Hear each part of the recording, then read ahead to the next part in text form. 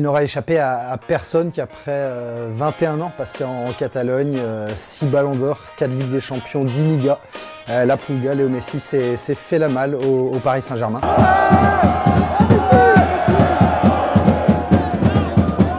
On peut dire que c'est un peu le dernier clou planté au cercueil Blaugrana. En gros, ça a mis en évidence la situation économique catastrophique du Barça version Lehman Brothers en 2008 pendant la crise, obligeant le club à commencer la saison avec le Danois et ex-Toulousain Martin Braithwaite en attaque, sans dire que c'est une trompette intergalactique. Voilà, Martin Braithwaite, on l'aime beaucoup, mais c'est pas non plus un joueur de très haut niveau, et ça montre un peu les carences et la situation merdique, pour tout dire, du FC Barcelone cette saison.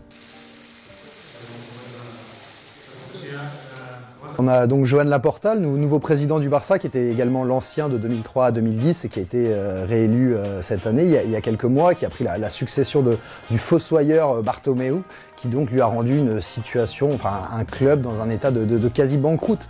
Et Laporta s'est exprimé récemment devant les socios. Il a dit en conférence de presse que la dette du club s'élevait à 1,35 milliard d'euros. Je ne sais pas si on se rend compte vraiment de la masse de flouze que ça fait, mais en gros c'est l'équivalent de la quasi-totalité de la dette des clubs de Ligue 1 cumulés. Sans caricaturer, en fait, tout a commencé avec le départ de Neymar au Paris Saint-Germain à l'été 2017. Après la remontada infligée par les Catalans aux Parisiens, personne au club s'imaginait voir le deuxième joyau, le joyau brésilien avec Messi, se faire la malle. Problème, le PSG est arrivé avec 222 millions d'euros, ils ont braqué le Barça, ils sont repartis avec le Brésilien sous le bras. Et à partir de là, le club s'est retrouvé dans une situation sportive alarmante.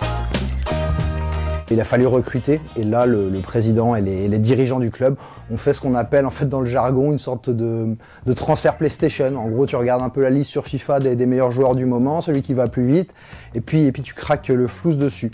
Problème, c'est que tous les clubs savaient que le Barça avait une mine d'or à dépenser, et ils leur ont vendu les joueurs à des prix totalement fous. Dembélé, on s'en souvient, de Dortmund, c'est 105 millions d'euros plus 40 de bonus. Coutinho, c'est encore pire, c'est 120 plus 40 millions de bonus. Et là, je vous parle pas de tous les flops, les Arda Turan, les André Gomez, les Pjanic. Il y a eu aussi Griezmann à 135 millions d'euros. Enfin voilà, le club a dilapidé la petite fortune qui venait de toucher du Paris Saint-Germain, et sans aucune direction politique sportive, et à l'arrivée ça a fait un fiasco. Donc au total, pour vous situer le bordel, le Barça a dépensé 1,27 milliard de dollars en transfert, juste en transfert depuis 2014. Et à côté, vu que c'était open bar dans la tête de Bartomeu, le président, le mec s'est mis à prolonger les contrats en veux-tu en voilà, avec des augmentations de salaire totalement inconséquentes, ce qui fait que la masse salariale du Barça a littéralement explosé la saison dernière, et cette saison aussi, obligeant en fait finalement le club à se séparer de Léo Messi. La massa salarial esportiva representi un 110% respecte dels ingressos totals del club. Això vol dir que no tenim marge salarial. La Liga, en 2008, a instauré ce qu'on peut appeler une sorte de salary cap. Le principe est assez simple. La masse salariale d'un club ne doit pas dépasser 65 ou 70%, c'est négocié à peu près tous les ans, du chiffre d'affaires total des clubs.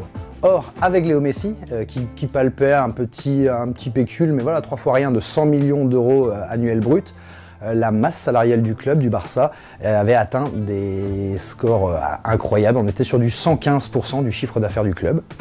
Et le départ de l'Argentin n'a pas forcément amélioré la situation, évidemment un peu, oui, mais le club en est toujours à une dette de 95% de son chiffre d'affaires, ce qui fait que tous les joueurs actuellement au club sont en train de négocier des baisses salariales, parce que sinon le Barça ne pouvait tout simplement pas enregistrer les 3 nouvelles recrues qui sont arrivées cet été, Eric Garcia, Sergio Agüero et Memphis Depay. Le Barça s'est jeté sur la Super League voilà, sans même réfléchir, parce que vu la situation catastrophique économiquement dans laquelle il était, il a vu une aubaine dans cette ligue fermée qui promettait en gros un gâteau monstrueux aux 20 clubs qui seraient inscrits.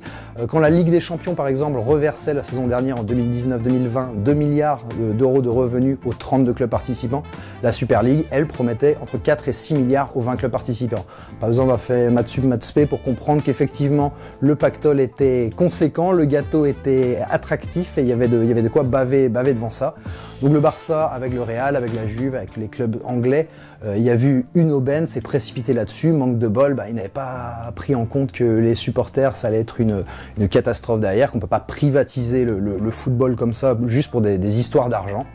Et finalement, les clubs qu'on a appelés les 12 salopards, les clubs qui ont voulu faire sécession au football européen en rejoignant la Super League, sont tous plus ou moins rentrés dans le rang, sauf 3, le Real Madrid, la Juve et le Barça, qui eux espèrent encore, mine de rien, donc en ne réintégrant pas l'ECA, qui est l'association européenne des clubs, finalement avoir gain de cause et créer cette Super League. Joan Laporta, le nouveau président du Barça, qui se retrouve avec donc ce paquet d'emmerdes sur les bras, n'a d'autre choix que de revenir aux fondamentaux, à ce qui a fait l'essence du club, c'est-à-dire, il l'a dit en conférence de presse très récemment, désormais on arrête les conneries et on remise à mort sur la Masia, qui est donc le centre de formation mythique du FC Barcelone, qui a fait les grandes heures du club, qui a vu éclore les Messi, les Xavi, Iniesta, Busquets, etc. et qui ne coûtait finalement pas un rond au club barcelonais. Donc voilà, la politique des transferts à 50 millions d'euros pour acheter des Pimpinos dont même l'Inter de Milan ou la Roma ne veulent plus, c'est terminé. On remet le paquet sur la formation et éventuellement, s'il y a de l'argent à dépenser, c'est le pognon de dingue que le Barça n'a plus ou n'a plus beaucoup, éventuellement il le mettra sur un ou deux joueurs de top classe, de très très haut niveau mondial, mais rien de plus.